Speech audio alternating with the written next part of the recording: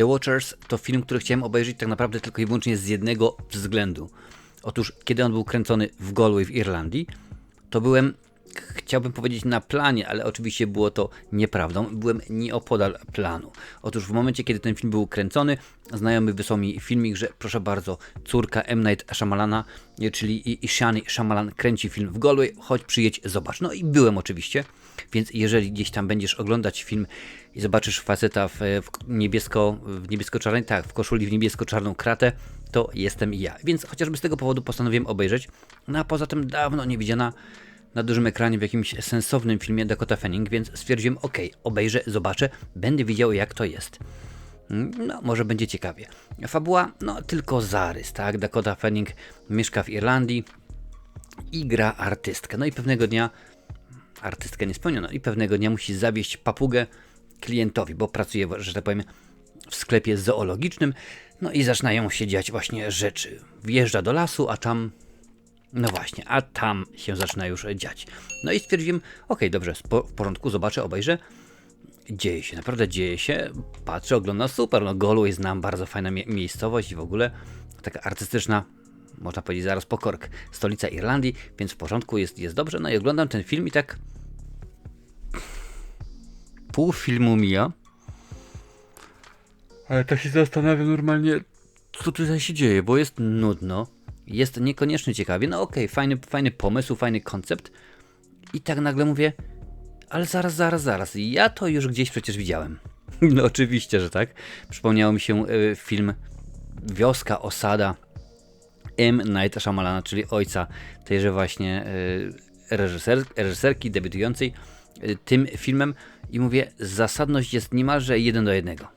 No niemalże 1:1, ale niemalże, bo rzeczywiście mamy inny koncept, tak? Inaczej do tego twórczyni podchodzi, tylko że z M. Night Shyamalanem, wiem, że to jest jej córki, ale daj mi sekundkę. Z M. Night Shyamalanem jest w ten sposób, że przyjęło się, iż co drugi jego film jest udany. No to jakoś akurat to wychodzi, że powiedzmy co drugi jego film to jest coś sensownego, coś ciekawego. No a tutaj w tym momencie dostajemy film i jest on niemalże 1:1 kopią i to nie jest udane. Naprawdę nie jest udane, bo sam pomysł, no to rzeczywiście bardzo często ja ci mówię, słuchaj, pomysł fajny, rzeczywiście spodobał mi się, że to co się może wydarzyć, po czym okazuje się, że wykonanie jest rzeczywiście bardzo, bardzo słabe.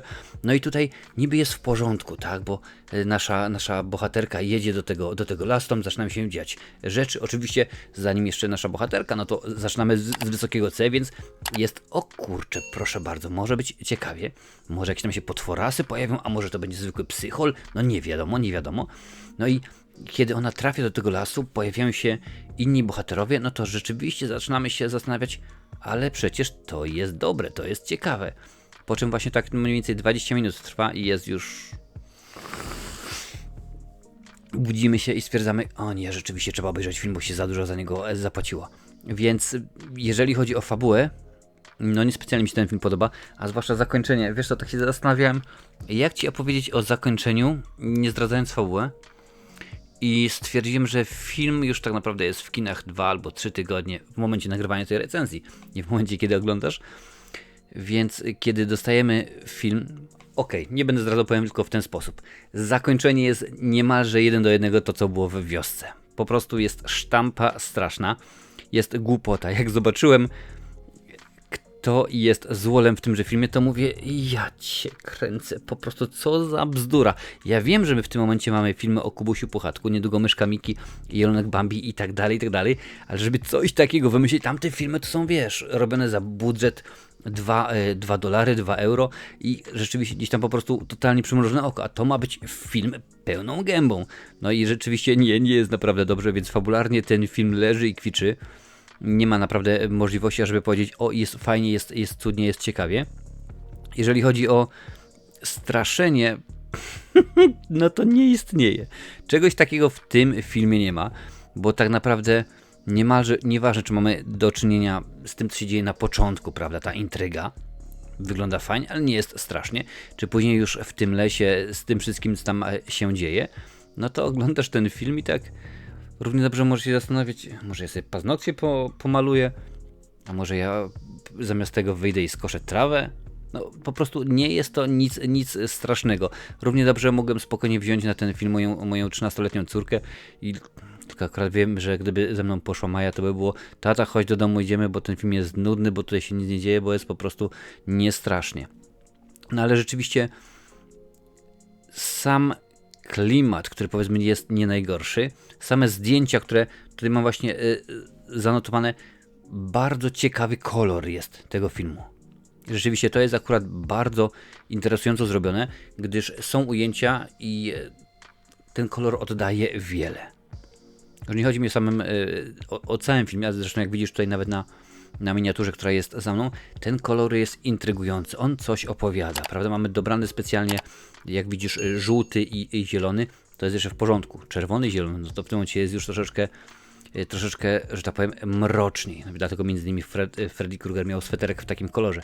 Ale rzeczywiście ten aspekt mi się bardzo podoba. Kolor. W niektórych ujęciach nie zawsze, ale kolor, bo technicznie tak samo film nie dojeżdża. Efekty specjalne tych naszych złoli są takie dokładnie, jakie można było się spodziewać. Tak naprawdę film zarobił $16 milionów. Nie ma podane, jaki był budżet, ale obstawiam, że budżet pewnie był z 5, może 10 milionów, więc domyślam się, że gdzieś tam na swoje film wyjdzie. No, bo trzeba też wiedzieć, że skoro kręcony w Irlandii, umiejscowiony w Irlandii, no to Irlandia tanim krajem nie jest. Jest to najdroższy kraj w Unii Europejskiej, więc rzeczywiście tylko i wyłącznie fakt, że fabuła została tutaj obsadzona, tylko i wyłącznie dlatego to akurat akcja się tutaj rozgrywa. Równie dobrze można było to przenieść do, gdzie tam się ostatnio najczęściej takie filmy kręci, Słowacja, ta Serbia, Macedonia, no może akurat Macedonia to już nie, ale wiesz, filmy w tamtym klimacie i tam byłoby pewnie dużo taniej. O, Węgry, Bułgary i Rumunia. Tam najczęściej Steven Seagal i Wesley Snipes kręcą swoje filmy.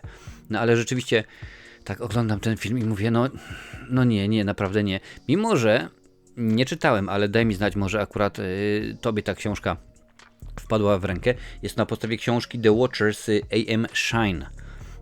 On właśnie, albo ona jest autorką. Rzeczywiście daj znać, czy ten film się jakoś do książki umywa, czy jest fajnie, czy jest lepiej, czy jest gorzej. No z reguły tak jest, że powiedzmy 8 na 10 filmów jest gorszych niż książka. Czasami się zdarza, że dla mnie ciągle niedoścignionym wzorem ekranizacji książki jest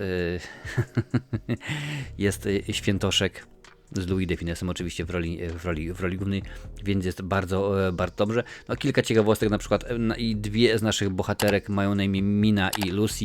Jeżeli w tym momencie kojarzysz to z Drakulą, oczywiście, że tak, takie jak najbardziej miało być skojarzenie. No i również pojawia się Dakota Fanning, która dowozi. Aktorsko ten film nie jest bardzo zły, wiesz?